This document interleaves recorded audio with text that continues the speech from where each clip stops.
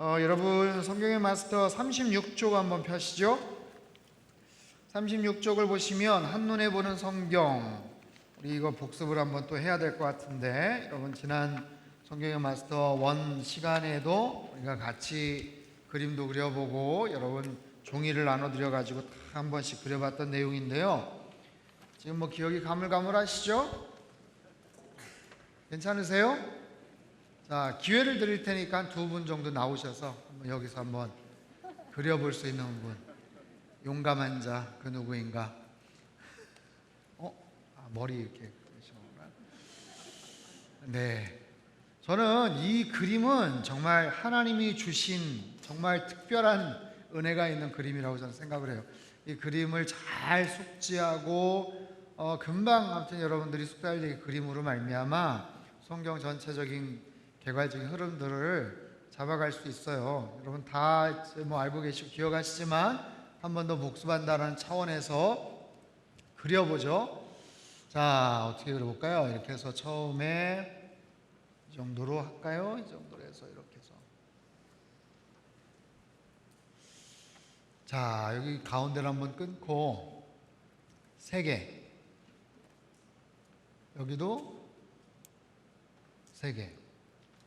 까먹으실 것 같으니까 여기는 네, 여기는 이제 남북 분열 왕국인데 여기는 북이스라엘, 남유다입니다. 남유다 이 아래쪽은 4개 이렇게 일단 나누자고요.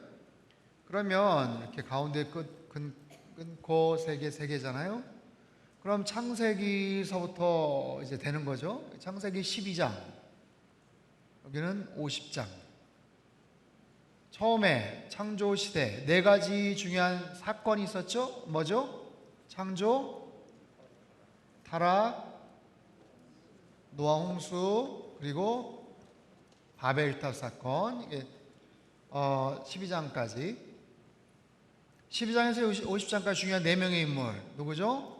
아브라함, 이삭, 야곱, 요셉이죠. 그러면 50장에서 끝나고 400년, 그래서 400년간 애굽에서 종살이를 하죠. 430년이라고도 하는데 400년. 그리고 출애굽 사건, 광야 생활을 하죠. 40년간 광야 생활을 하죠. 40년. 여기서 창세기 사건이니까 여기는 광야에서 출애굽기, 레위기, 민수기, 신명기. 모세가 가나안 땅에 못 들어가죠? 가나안 땅에 들어가서는 여기는 여호수아서, 사사기서, 룻기서. 이제 왕정시대가 새롭게 시작이 되잖아요. 왕정시대. 처음 초대왕 사울, 2번째 다윗, 솔로몬. 그렇죠? 간단하게 정리가 되잖아요. 그렇죠? 금방 이렇게 그릴 수 있어요. 창세기부터 출애굽기, 레위기, 민수기, 신명기, 여호수아, 사사기, 룻기. 사무엘상이 여기 사무엘상 3상. 그리고 다윗 시대 사무엘하 3하 들어가고, 솔로몬에서부터 나라가 나뉘어지고 이제 열왕기상 이제 이야기가 뭐 다윗 시대 연결은 되지만 솔로몬 죽고 나서 나라가 2개로 나뉘어지죠. 자, 여기는 북이스라엘, 여기는 남유다. 북이스라엘의 왕이 누구예요? 여로보암. 솔로몬의 신하였죠. 남유다는 르호보암, 솔로몬의 아들. 이걸 대략 930년 있습니다. 자, 19명의 왕들이 있었는데 하나같이 악한 왕이었죠. 언제 끝납니까? BC 722년에 BC예요. 끝나죠? 어디에 의해서? 아스리아 제국에 의해서 끝이 납니다. 그리고 남유다는 86년. 여기는 어디에 의해서? 바벨론. 그렇죠? 바벨론에 의해서. 여기는 20명의 왕이 있었죠. 3분의 1은 좀 선한 왕이기도 하고. 자, 나라가 망했어요. 북도 망하고 남쪽도 망하고.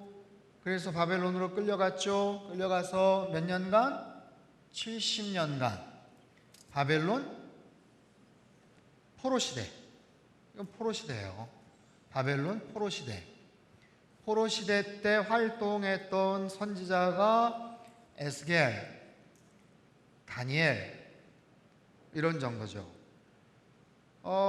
북이스라엘 요 말미 때 남유다 가장 힘들었을 때요. 가장 힘들었을 때. 오늘 뭐 좀 살펴보겠지만 이사야 선지자도 나오고 히스기야 왕이 나오고. 그러니까 이사야 선지자가 요 어간에 나오고요. 예레미야는 요 어간에. 예레미야. 그래서 이사야, 예레미야, 에스겔, 다니엘 나오고 선지서는 또 이렇게 연결을 하면 되니까. 그래서 70년 이후에 포로 귀환 시대, 여기 귀환 시대 와서 귀환 시대 때 에스라, 그렇죠? 에스라, 느헤미야, 에스더는 귀환하지 않고 바벨론을 격파한 게 누구예요? 페르시아죠. 페르시아의 고레스 황제가 70년 동안 있었던 백성을 다시 돌려보내는 바로 그 이야기.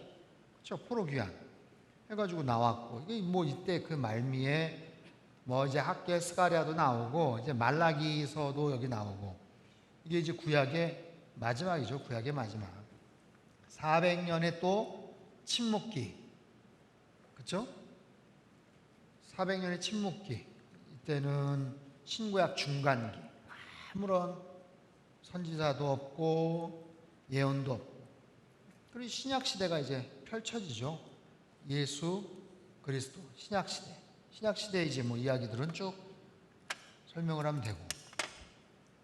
여러분 이거 그림은 진짜 금방 보면 또 이제 이해를 하실 겁니다. 여기서 중요한 부분들도 있고. 그런데 이 내용들만 잘 줄거리를 잡으시면 돼요. 제가 이번에 목사님들 컨퍼런스 가서도 그 성경의 맥잡기 이 그림을 나눠드렸을 때 몇몇 목사님들이 굉장히 감탄을 하셨던 게 뭐냐면, 사실 성경의 맥잡기나 아니면 성경 통독에 대한 책들이 없는 게 아니에요. 굉장히 훌륭한 책들도 되게 많습니다. 여러분 성경의 맥잡기 책 다 갖고 계시죠? 작년 초에 우리가 한 두 주 동안 열심히 강의도 하고 그러지 않았습니까? 그런데 중요한 것은 너무 방대한 성경의 내용들을 한 책에다 묶다 보니까 그 책을 처음부터 다 설명을 하고 공부를 하려니까 이게 사실은 공부도 제대로 안 되고 다 배우고 났어도 감이 잘 잡히질 않아요. 그래서 제일 중요한 것은 아무튼 전체적인 맥락을 잡는 거고, 그냥 들을 때 이해되는 게 아니라 여러분들이 직접 종이를 꺼내놓고 자녀들에게 아니면 남편 아내 서로에게 한번 그려보면서 설명을 할 수 있는 정도. 저는 한국교회 정말 이번에도 제가 그런 말씀을 좀 막 드렸지만, 성도님들이 모르는 사람들 아니면 신앙에 관심이 있어요. 신앙에 관심이 있어. 기독교에 대해서 다 관심이 없는 게 아니라 나 기독교에 대해서 관심이 생겼는데 한 30분 정도, 아니 지금 시간이 없어요. 한 10분 15분 정도 내가 종이 A4 용지 줄 테니까 성경 전체적인 맥락을 좀 한번 가르쳐 주세요 라고 했을 때 자신 있게 그려줄 수 있는 그런 성도가 돼야 되지 않겠나.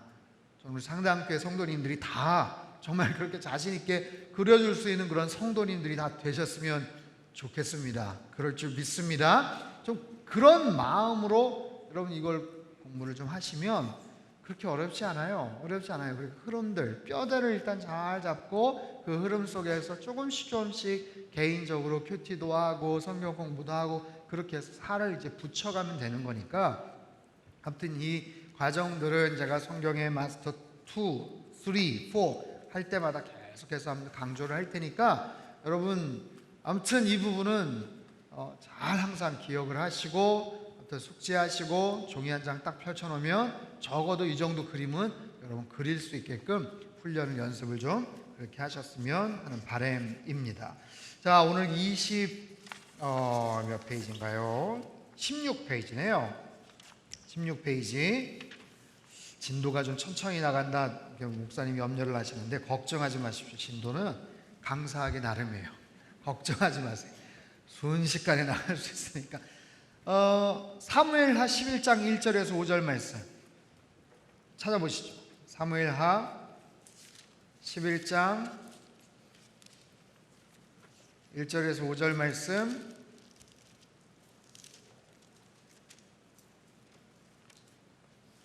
박스를 치시든지 밑줄을 치시든지 1절에서 5절 한번 같이 한번 읽겠습니다. 시작.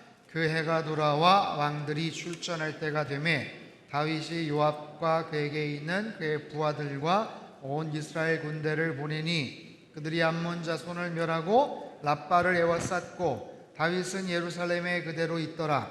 저녁 때에 다윗이 그의 침상에서 일어나 왕궁 옥상에서 거닐다가 그곳에서 보니 한 여인이 목욕을 하는데 심히 아름다워 보이는지라. 다윗이 사람을 보내 그 여인을 알아보게 하였더니 그가 아르되 그는 엘리암의 딸이요 햇사람 우리아의 아내 밧세바가 아니니까 하니 다윗이 전령을 보내어 그 여자를 자기에게로 데려오게 하고 그 여자가 그 부정함을 깨끗하게 하였으므로 더불어 동침함에 그 여자가 자기 집으로 돌아가니라. 그 여인이 임신함에 사람을 보내 다윗에게 말하여 이르되 내가 임신하였나이다 하니라. 자, 옆에다가 사무엘상 17장 한번 적어두세요. 사무엘상 17장. 사무엘상 17장은 다윗이 골리앗과 전투를 벌였던 그 사건이 등장하는 바로 그 장입니다. 사무엘상 17장은 다윗의 인생 가운데 가장 찬란했던 순간, 사무엘하 11장은 인생 가운데 흑역사, 가장 어떻게 보면 정말 비참하고 우울하고 고통이 시작이 되는 바로 그 순간, 사무엘상 17장에서 소년 다윗은 거인 골리앗 앞에서도 당당하고 용기 백배에서 물리쳤던 바로 그 사건, 그의 인생이 그냥 끝도 없이 올라갔던 상승 곡선을 그렸던 바로 그 장면인데, 사무엘하 11장은 다윗이 소년이 아니에요, 왕입니다.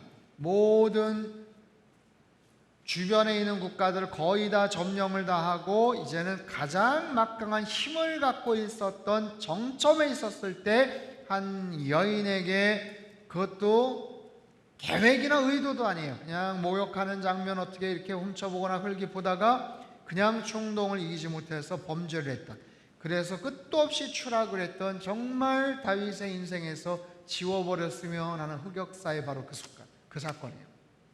그래서 기억을 합니다. 여기 보면 반복되는 단어가 있어요. 1절에 보면 군대를 보내니 거기 다음 동그라미. 3절에도 보면 다윗이 사람을 보내, 거기 동그라미. 4절에도 보면 다윗이 전령을 보내요, 동그라미. 5절에도 보면 사람을 보내, 동그라미. 이거 외에도 사무엘하 11장에만 여러 번 이 단어가 반복이 됩니다. 살라흐라는 단어인데 이 단어가 계속해서 반복이 돼요. 이거 뭐냐면 다윗이 죄를 짓기 위해서 사용을 했던 주된 통로가 됐던 단어가 바로 이 살라흐, 보내니라는 단어예요. 다윗의 마음속에 죄성, 죄가 악으로 현실화되는, 언제 그렇게 됐어요? 여러분, 죄가 어떻게, 영어에 보면 activate라는 말이 있죠. 이게 활성화가 되지 않았는데 이게 비활성화해서 활성화가 되는, 언제 그럴까? 죄가 언제 그렇게 될까? 약할 때 그렇게 됩니다. 약할 때. 또 언제 그렇게 될까? 교만할 때 그렇게 됩니다. 언제 그렇게 될까? 강할 때도 그렇게 됩니다. 언제 그렇게 될까? 하나님과 관계가 소원해질 때도 그렇게 죄가 액티베이팅 되는 거예요. 활성화가 되는 거예요. 멈춘 상태에서 클릭을 하면 동영상이 작동을 하는 것처럼 마치 그런 거예요. 다윗이 교만할 때, 느슨해졌을 때, 하나님과의 관계가 소원해졌을 때, 자기 동료들 부하들은 전쟁에 나가서 전투를 벌이고 있는데 자기는 안 갔어요. 이제는 안 가도 될 정도의 그 정도 여유. 그러더니 저녁 때에 침상에서 일어나 한가롭게 낮잠 쿨쿨 자다가 어슬렁어슬렁 성벽 이렇게 왔다 갔다 하다가 그런 교만한 상태, 느슨한 상태에서 죄된 부분들이 딱 들어오니까 그냥 완전히 코가 꿰는 바로 그런 겁니다. 여러분, 이 부분은 굉장히 중요한 하나의 교훈을 줘요. 천하의 다윗도 이 부분 때문에 무너지더라 라는 거예요. 죄가 들어오는 통로, 죄가 들어오는 경로를 우리에게 가르쳐주는 바로 그런 내용입니다. 다윗이 이 사건으로 엄청난 대가와 출혈을 감수해야 되는 바로 그 사건입니다.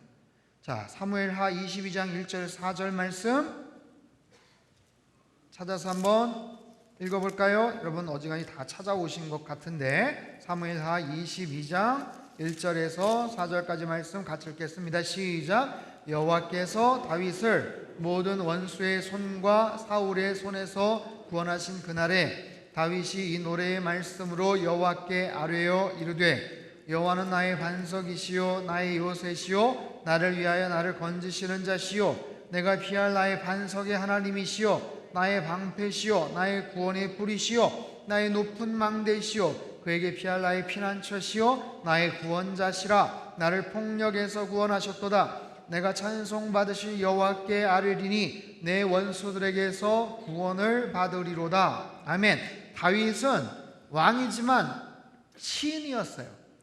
다윗은 시인이자 음악가였어요. 연주가였어요. 그래서 감성이 굉장히 풍부해요. 표현력이 아주 좋아요. 여러분 시편에도 다윗의 시가 많이 등재를 해 있죠. 그리고 사무엘 하나 아니면 역대기에도 보면 다윗의 그런 고백들, 그래서 다윗이 고백을 했던 하나님에 대한 그런 표현들을 우리가 좀 유심히 볼 필요가 있어요. 하나님에 대한 다양한 고백들. 여러분 우리가 평생 살아가도 하나님을 이 정도밖에 몰라요. 이 정도밖에 몰라요. 그리고 알아도 표현을 잘 못해. 여러분 그런 거 있잖아요. 여러분 문학가들이나 음악을 하시는 분들이나 야 어떻게 저렇게 풍부하게 그런 영감을 표현을 하지? 그 정말 탁월한 천재들. 다윗은 그런 분야에서 어떻게 보면 천재예요. 하나님을 표현하는 데 있어서 정말 천재와 같은 그런 표현력을 가졌어요. 그래서 다윗의 그런 시편이나 이런 고백들을 우리가 자꾸만 보면서 다윗이 묵상을 했던 그 하나님을 우리가 묵상을 할 필요가 있어요. 시인이자 음악가였던 다윗, 너무너무 놀라운 모습으로 하나님을 표현합니다. 사무엘하 22장 29절 31절 말씀 여기도 같이 한번 읽죠. 시작. 여호와여 주는 나의 등불이시니 여호와께서 나의 어둠을 밝히시리이다. 내가 주를 의뢰하고 적진으로 달리며 내 하나님을 의지하고 성벽을 뛰어넘나이다. 하나님의 도는 완전하고 여호와의 말씀은 진실하니 그는 자기에게 피하는 모든 자에게 방패시로다. 아멘. 주는 나의 등불이시래요. 하나님이 나의 어둠을 밝히실 거래요. 내가 주를 의뢰하고 적진으로 달리며 하나님을 의지하고 성벽을 뛰어넘나이다. 얼마나 멋진 표현입니까? 다윗이가 어떤 상황이 있어요? 어둠 속에 있어요. 등불이라고 표현하는 이유가 환하게 밝은데 하나님 나의 등불이시다. 사실 별로 그렇게 감동이 없어요. 근데 캄캄한 상황에서 하나님은 나의 등불이십니다. 감동인 거예요. 그래서 등불이신 하나님이 나의 앞길을 밝히십니다. 어둠을 밝히십니다. 그래서 그 하나님을 의지하고 적진으로 달리고 하나님을 의지하고 성벽을 뛰어넘겠습니다. 여러분 오늘 이 시대를 살아가는 우리들이 어쩌면 지금 어두움 가운데 있는 거 아니겠어요? 언제 끝날지 모르는 이 코로나 상황 속에서 도대체 답답하고 막막한 거예요. 사람 막막하면 두렵습니다. 막막하면 불안한 거예요. 하지만 그 하나님을 다윗처럼 의지하고 적진으로 내달리며 하나님, 내가 하나님을 의지하고 성벽을 뛰어넘겠습니다. 여러분 이런 믿음의 고백을 하나님 앞에 드리시기를 바랍니다. 열왕기상 9장 1절에서 3절 말씀 열왕기상 9장으로 열왕기상 넘어갔어요. 솔로몬 이야기가 나옵니다. 1절 3절 말씀 같이 한번 읽죠. 시작. 솔로몬이 여호와의 성전과 왕궁 건축하기를 마치며 자기가 이루기를 원하던 모든 것을 마친 때에 여호와께서 전에 기브온에서 나타나심 같이 다시 솔로몬에게 나타나사 여호와께서 그에게 이르시되 내 기도와 내가 내 앞에서 간구한 바를 내가 들었은즉 나는 네가 건축한 이 성전을 거룩하게 구별하여 내 이름을 영원히 그곳에 두며 내 눈길과 내 마음이 항상 거기에 있으리니 아멘. 다윗이 죽고 다윗의 아들 솔로몬, 다윗이 정말로 원했던 것, 성전을 만들고 싶었는데 하나님이 허락하지 않으셨어요. 그래서 성전에 필요한, 성전을 짓는다면 이런 자재들이 필요하지 않을까? 대리석, 온갖 금은 보화들 잘 모아놓고 온갖 좋은 나무들.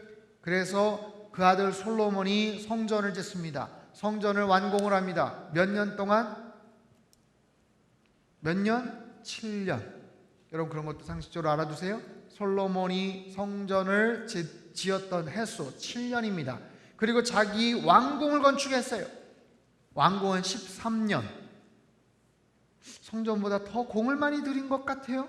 약간 2배 가까이 시간이 드니까 뭐 그럴 수도 있고, 아니면 성전을 짓느라 모아놓은 자재들을 다 거기다 썼으니까 부족해서 그랬을 수도 있고, 오케이, 그거는 몰라요. 어떻든 20년 동안 솔로몬은 성전도 짓고 왕궁도 짓고, 근데 그 성전을 짓고 나서 하나님께서 아주 기뻐하셨어요. 성전을 짓는 과정도 기뻐하셨어요. 하나님께서 기뻐하셔서 뭐라고 말씀하세요? 네가 건축한 이 성전을 내가 거룩하게 구별할 것이다. 내 이름을 영원히 이곳에 두며 내 눈길과 마음이 항상 거기에 있으리니 거기다 밑줄 치세요.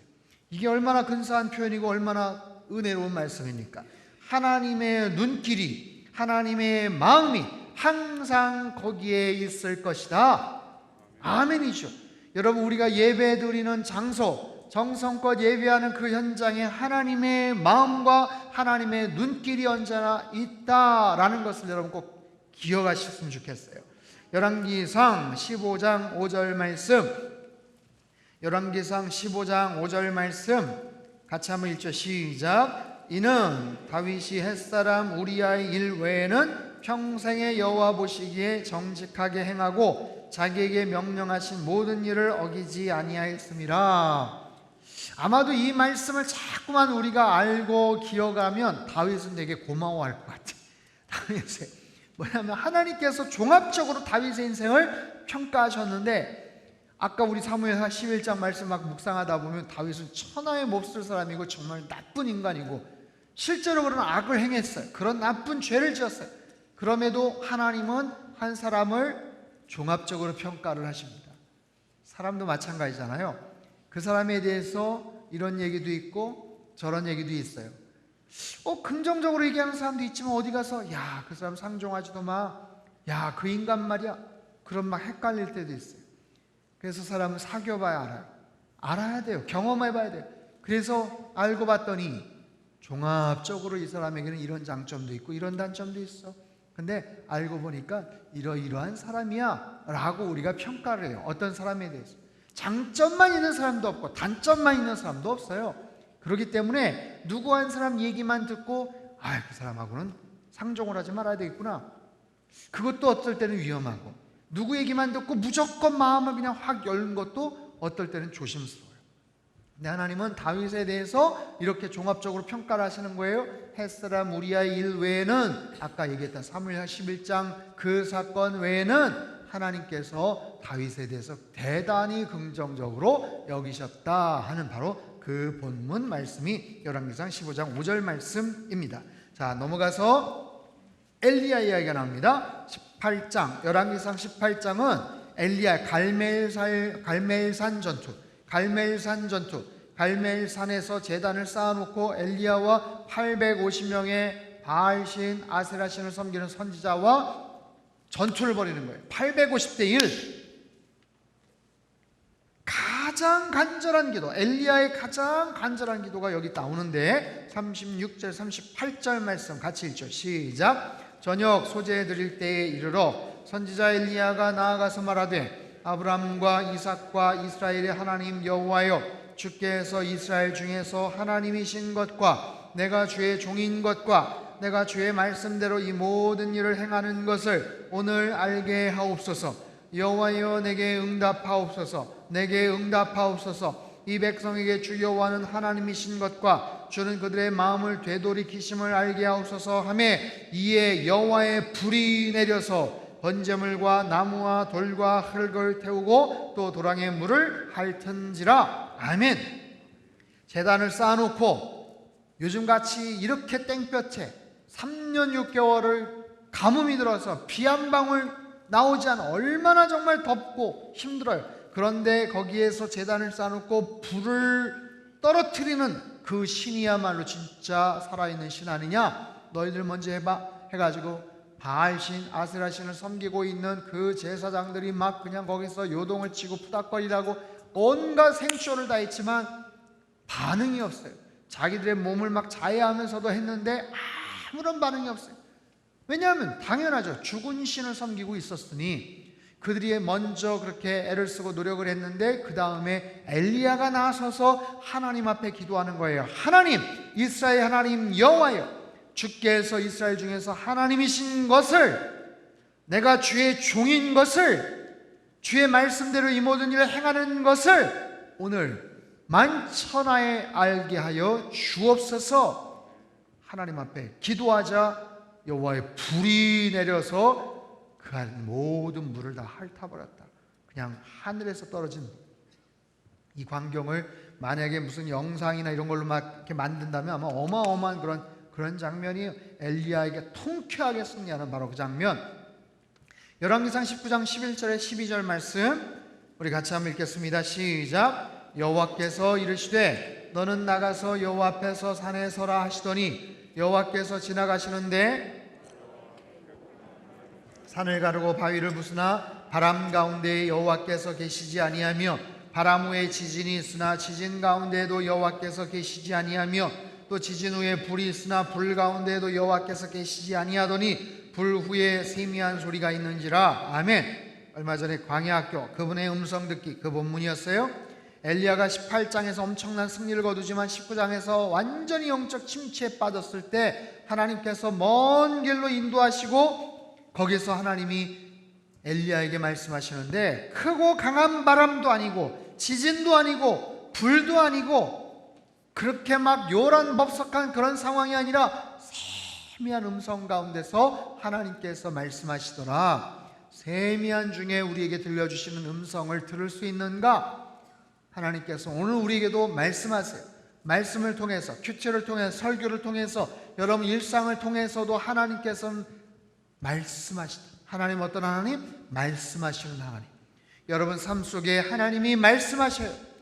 사랑하는 아들아, 사랑하는 딸아, 걱정하지 마라, 염려하지 마라, 내가 너와 함께 할 거다, 두려워하지 마라. 이 어려움을 잘 극복해 나갈 수 있다. 광야 같은 시간, 갑자기 불어닥친 풍랑 같은 상황 속에서도 하나님이 우리와 함께 하시는 거예요. 그분의 음성 듣기. 열왕기하로 넘어가겠습니다. 2장 9절 말씀. 열왕기하 2장 9절 말씀. 이제는 엘리야와 엘리사의 이름이 같이 나와요. 아주 특별한 본문이에요.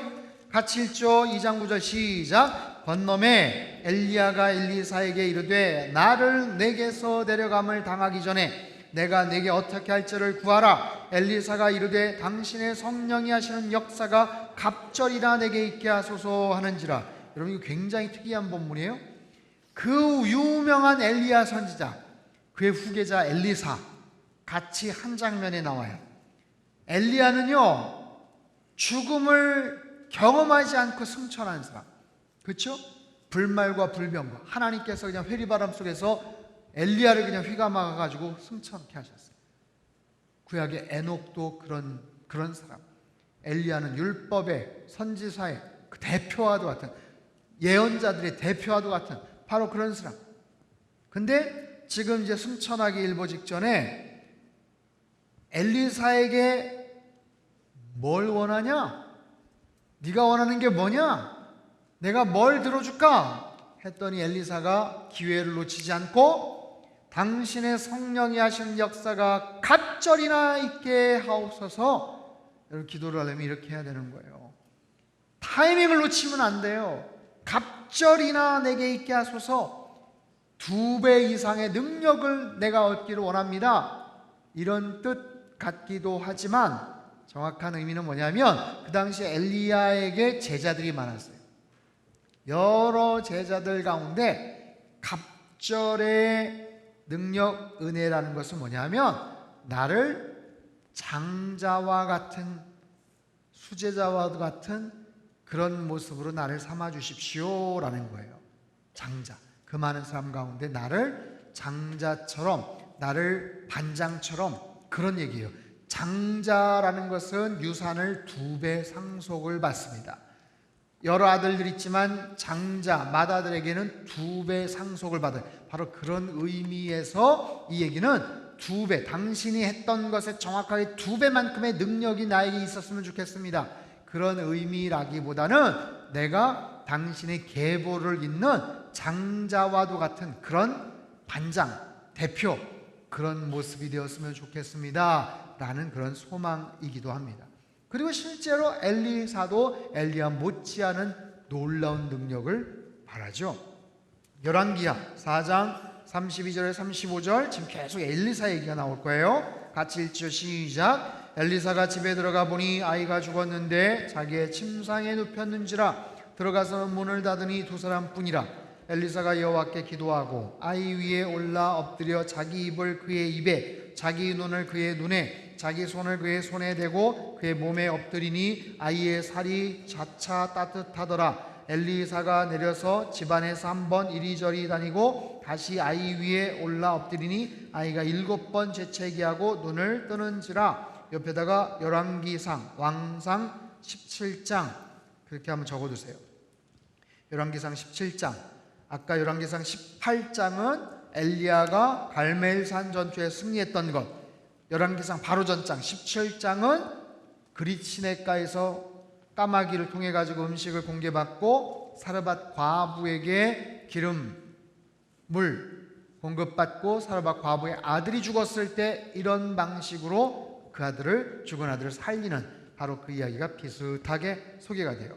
자, 열왕기하 5장 15절 말씀 같이 읽죠. 시작. 나아만이 모든 군대와 함께 하나님의 사람에게로 들어와서 앞에 서서 이르되 내가 이제 이스라엘 외에는 온 천하에 신이 없는 줄을 아나이다. 청하건대 당신의 종에게서 예물을 받으소서 하니, 나아만은 누군가? 아람 나라의 군대 장관. 당시에 아람이라는 나라가 북이스라엘을 계속해서 괴롭혔어요. 북이스라엘이 힘이 없었어. 아람 군대에 싸울 수 있는 능력이 없었어요. 그런데 아람 군대 장관인 나아만이 문둥병이 있었어요. 대단한 용사지만 문둥병이 있었어요. 그 문둥병을 치유할 길이 없었어요. 근데 그 나아만 장군 집에서 일을 하는 하녀, 여자 종이 한마디 툭 던졌어요. 아니, 우리 이스라엘의 엘리사에게 찾아가면 문둥병 고칠 텐데, 지금 더우신 것 같아요. 에어컨을 좀만 더 켜주세요. 문둥병을 고칠 텐데 그렇게 하고서 문둥병 고쳐내라 라고 하니까 황당한 거예요. 어려운 거예요. 그때 엘리사가 처방을 합니다. 요단강에 가서 7번 몸을 담가라. 그랬을 때 나아만 장군이 처음에 그것을 실행을 하다가 자존심도 상해요. 이게 뭐 하는 짓이야? 나한테 직접 찾아와 가지고 어떻게 좀 고쳐줄 수 있는 뭐 방법을 얘기도 안 하고 그냥 띡 한마디 가가지고 요단강에 가지고 목욕 7번 해라. 그래가지고 안 하려고 하다가 그래도 마지막 7번까지 하셔야 됩니다. 옆에 신하가 얘기를 해가지고 끝까지 참고 7번 목욕을 하고 올라왔더니 문둥병이 다 치유가 됐어요. 그래서 어린아이 피부와 같이 되었더라 라는 장면이 나와요. 그리고 나서 그 나아만 장군이 거기에서 크게 깨닫습니다. 야, 이스라엘의 그 신 하나님이 정말 대단한 신이구나. 그리고 그 처방, 그 이야기를 안내를 해줬던 엘리사에게 그런 이야기를 하는 거예요. 이스라엘 외에는 온 천하의 신이 없는 줄 압니다. 청하건대 당신의 종에게서 예물을 받으소서. 여기는 안 나와 있지만 어마어마한 예물을 줬지만 그 예물을 돌려보냈어요. 근데 그의 종이었던 게하시라는 종이 그게 탐이 나가지고 가서 좀 더 달라고. 선생님이 처음에는 그랬다가 마음이 좀 바뀌셨는지 누가 좀 와가지고 도움이 좀 필요한 사람이 있어서 뭘 좀 달라고 합니다. 그 얘기했다가 나만 장군에게 있었던 문둥병이 그 게하시에게 그냥 옮아가는 바로 그런 에피소드가 나오죠. 자, 열왕기하 6장 14절에 17절 말씀. 나중에 이제 아람 나라가 또 공격하는 이야기가 나오는데 이 사건도 여러분 잘 기억을 해 두십시오. 같이 한번 읽죠. 14절부터 시작. 왕이 이에 말과 병거와 많은 군사를 보내매 그들이 밤에 가서 그 성읍을 에워쌌더라. 하나님의 사람의 사환이 일찍이 일어나서 나가보니 군사와 말과 병거가 성읍을 에워쌌는지라. 그의 사환이 엘리사에게 말하되 내 주여 우리가 어찌하리이까 하니 대답하되 두려워하지 말라. 우리와 함께한 자가 그들과 함께한 자보다 많으니라 하고 기도하여 이르되 여호와여 원하건대 그의 눈을 열어서 보게 하옵소서 하니 여호와께서 그 청년의 눈을 여심해 그가 보니 불말과 불병거가 산에 가득하여 엘리사를 눌렀더라. 아람 나라가 공격을 해요. 그리고 엘리사를 공격을 하려고 엘리사가 머물고 있는 그 거처 주변에 군대를 파견을 합니다. 그리고 2중 3중으로 군대를 쫙 둘러싸가지고 그렇게 해놓으니까 엘리사의 종이, 엘리사의 사환이 이게 게하시인지 아닌지는 모르겠는데 아침에 딱 눈을 떠서 나가보니까 어마어마한 병력이 그 주변을 주둔하고 있어요. 그러니까 깜짝 놀라서 절망을 하고 엘리사에게 와서 얘기하는 거예요. 큰일 났습니다. 망하게 됐습니다. 우린 죽게 되었습니다. 그러자 엘리사가 태연하게 얘기하잖아요. 걱정하지 말아라. 두려워하지 말아라. 우리와 함께한 자가 저들과 함께한 자보다 훨씬 더 많으니라 하면서 하나님 앞에 기도하죠. 하나님, 이 친구의 눈을 열어주셔서 지금 영적으로 하나님께서 우리를 어떻게 보호하시는지를 알게 하옵소서. 하나님께서 그의 눈을 열어 보여주셔요. 청년의 눈을 여심해 불말과 불병거가 산에 가득하여 엘리사를 둘렀더라. 아멘이죠. 여러분 힘들고 어려울 때 이 말씀을 묵상하십시오. 하나님께서 말씀하시는 거예요. 두려워하지 말아라. 너와 함께한 자가 너의 어떤 상황. 여러분 사람은 두려워합니다. 뭐 때문에? 사람 때문에 두려워해요. 뭐 때문에? 전쟁에 나가서 두려워해요. 과중한 업무로 인해서, 과다한 일로 인해서 두려워해 겁을 먹어요. 하지만 하나님께서 우리와 함께 하셔요. 성령님께서 함께 하셔요. 불말과 불병거로 하나님께서 우리를 둘러 진쳐 주실 때 우리에게는 아무런 염려, 근심, 걱정이 다 사라지게 되는 줄로 믿습니다. 열왕기하 13장 20절에서 21절 말씀 같이 한번 읽죠. 시작. 엘리사가 죽으니 그를 장사하였고 해가 바뀌매 모압 도적대들이 그 땅에 온지라. 마침 사람을 장사하는 자들이 그 도적대를 보고 그의 시체를 엘리사의 묘실에 들이던짐에 시체가 엘리사의 뼈에 닿자 곧 회생하여 일어섰더라. 아멘. 엘리사가 죽어요. 열왕기하 13장. 엘리사 스토리가 어디서부터 나오냐면 2장부터 나옵니다.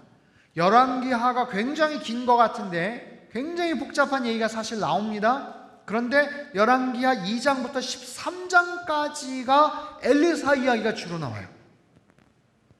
열왕기하에는 뭐가 나오냐면 북이스라엘 쫄딱 망한 얘기가 나와요. 언제 망하냐? 17장에 나와요. 17장.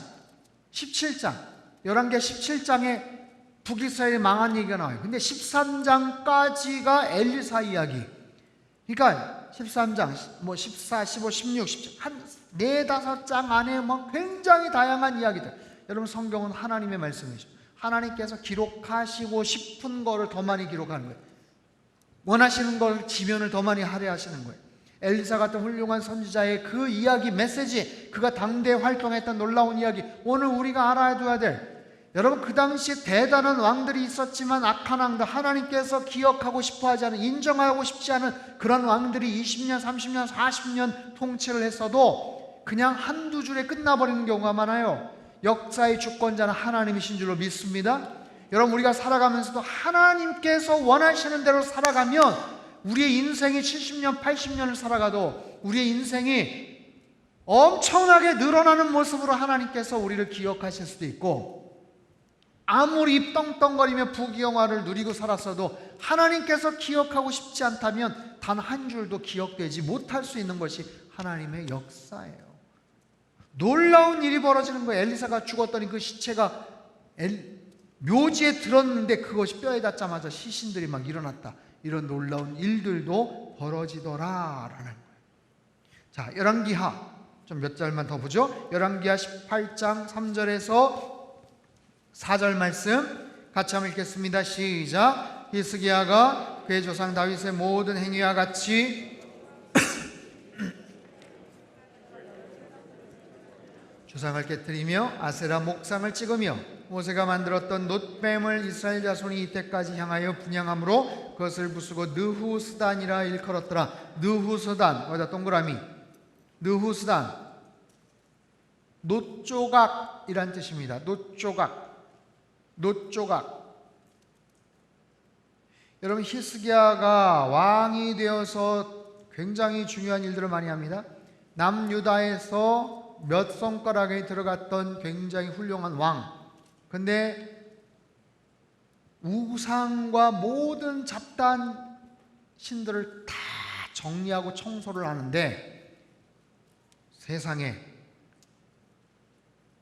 여러 산당과 아세라 목상이 있는데 여기 무슨 이상한 사람들이 막 가가지고 절을 하고 그거를 막 너무너무 경외시하는 희한한 게 있어서 가봤더니 뭐냐면, 모세가 광야에서 백성들이 불순종하고 투덜거리고 원망할 때 하나님께서 불뱀을 보내셔가지고 사람들이 막 죽었어요. 물려 죽어가지고 막, 그러니까 하나님께서 불쌍히 여기셔서 야, 모세한테 말씀하셔요. 장대에다가 놋뱀을 하나 만들어. 그리고 그 놋뱀 하나 딱 올리고 누구든지 불뱀에 몰려서 죽을 것 같았던 사람들 그거 바라보면 살 거야 해서 살려주셨던 사건이 있었어요. 여러분, 그 광야 시대 얘기거든요. 그래서 사람들이 그 놋뱀을 보고서 살았습니다. 놋뱀을 보고서 치유가 됐어요. 근데 그 놋뱀이 어디 갔나 했더니 세상에 그 놋뱀을 그때까지 보관을 하고 있던 거예요. 여러분, 광야 시대에서 지금 히스기야 왕 시대까지 한 1000년이 넘어요. 근데 그렇게 오랜 시간 동안 이 사람들이 그거를 그때까지도 무슨 효험이 있는 것인 것처럼 그것을 가지고 분향을 하고 거기다 절을 하고 저기다 절을 하면 낫는데 저건 영험한 특별한 거래 하면서 그거를 우상화 시켜버린 거예요. 깜짝 놀란 거예요, 히스기야가. 야, 이거는 특별했던 하나의 스토리이기는 하지만 이거는 지금 아무런 효력이 없는 거야. 광야 시대 때, 그 당시 모세 시대 때 특별한 사건이 있었다는 거는 어떻게 내가 들어서 아는데, 이거를 아직까지도 이게 무슨 특별한 무슨 효험이 있는 거라고 여기다 절을 해. 이거는 아니야, 이렇게 하면 안 되죠. 하나님께서 이걸 싫어하셔 하면서 그걸 깨뜨려 버리셔. 그걸 깨뜨려 버려, 히스기야가. 그래서 그것을 부수고 느후스단, 이건 놋조각에 불과한 거야. 두 가지. 히스기야가 정확하게 하나님의 뜻이 무엇인지를 알아요. 두 번째, 그만큼 사람들이 하나님 외에 다른 것에 절을 하는 거예요. 하나님 말고 다른 것에 불안하니까 절을 하고 하나님도 섬기지만 다른 것도 절하고 우상 숭배가 너무너무 많이 그냥 횡행해 있었던 바로 그 시대였다라는 것을 우리에게 알려줍니다. 열왕기하 19장 35절, 짧은 한 절이지만 굉장히 힘이 있는 구절이 같이 한번 읽죠. 시작. 이 밤에 여호와의 사자가 나와서 아수르 진영에서 군사 18만 5천 명을 친지라. 아침에 일찍이 일어나 보니 다 송장이 되었더라. 열왕기하 19장이죠. 17장에 북이스라엘이 멸망당합니다. 북이스라엘이 망해버려요. 북이스라엘이 망하고 나서 그 아수르 제국이 북이스라엘뿐만 아니라 남유다도 집어삼키려고 했어요. 역사적으로도 보면, 아니 그 당시에 그 막강했던 아수르 제국이 북이스라엘까지는 공격을 하고 침공을 했는데 남유다를 공격을 못하고 정복을 못한 건 미스테리다 라고까지 얘기해요. 그래서 끊임없이 그 당시에 히스기야 왕에게 계속해서 공격해 들어옵니다. 힘이 없었어요. 여러분, 북이스라엘만 망한 게 아니라 남유다도 힘이 없었어요. 어떻게 이겨낼 재간이 없었어요. 그러나 그 당시 히스기야 왕이 바르게 서 있었고 그의 대단한 영적인 멘토였던 이사야 선지자가 옆에서 도움을 주는 거예요. 그래서 걱정하지 마십시오. 하나님이 함께 하십니다. 북이스라엘은 망했지만 하나님 우리를 지켜주십니다. 힘이 없었어요. 아무런 힘이 없었어요. 18만 5천 명이 코앞에까지, 우리로 말하면 정말 판문점 막 DMZ 거기까지 딱 진영을 하고 막 공격을 해오기 일보 직전 그런 상황이에요. 그런데 하나님께서 지켜주셨고 놀랍게도 아수르 진영에서 군사 18만 5천 명이 그냥 하루아침에 비명 행사를 합니다. 송장이 되었다. 하나님의 놀라운 역사예요. 여러분, 이것은 일반 역사에서도 나오는 그런 이야기입니다. 아마 그 당시에 급성 전염병 같은 것들이 그 앞에 돌아가지고 막 몰살당했다 이런 이야기도 나오는데, 어쨌든 이것에 타격을 입고 아수르 제국은 서서히 쇠락해가는 그런 과정에 처하게 되죠.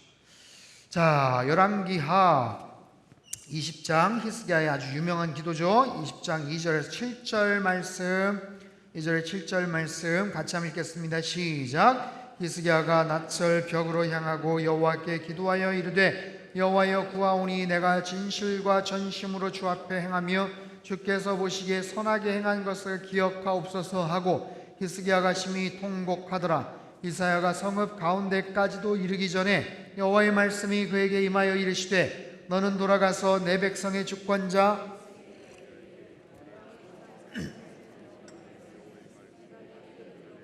내 눈물을 보았노라. 내가 너를 낫게 하리니 내가 3일 만에 여호와의 성전에 올라가겠고 내가 네 날에 15년을 더할 것이며 내가 너와 이 성을 아수르 왕의 손에서 구원하고 내가 나를 위하고 또 내 종 다윗을 위함으로 이 성을 보호하리라 하셨더라. 이사야가 이르되 무화과 반죽을 가져오라 하매 무리가 가져다가 그 상처에 놓으니 나으니라. 아멘. 옆에 열왕기하 20장 이것도 같이 한번 읽겠습니다. 10절 11절까지만 읽고 우리 찬양팀 올라와서 같이 찬양할 거예요. 같이 읽죠. 시작. 히스기야가 대답하되 그림자가 10도를 나아가기는 쉬우니 그리할 것이 아니라 10도가 뒤로 물러갈 것이니라 하니라. 선지자 이사야가 여호와께 간구하며 아하스의 해시계 위에 나아갔던 해 그림자를 10도 뒤로 물러가게 하셨더라.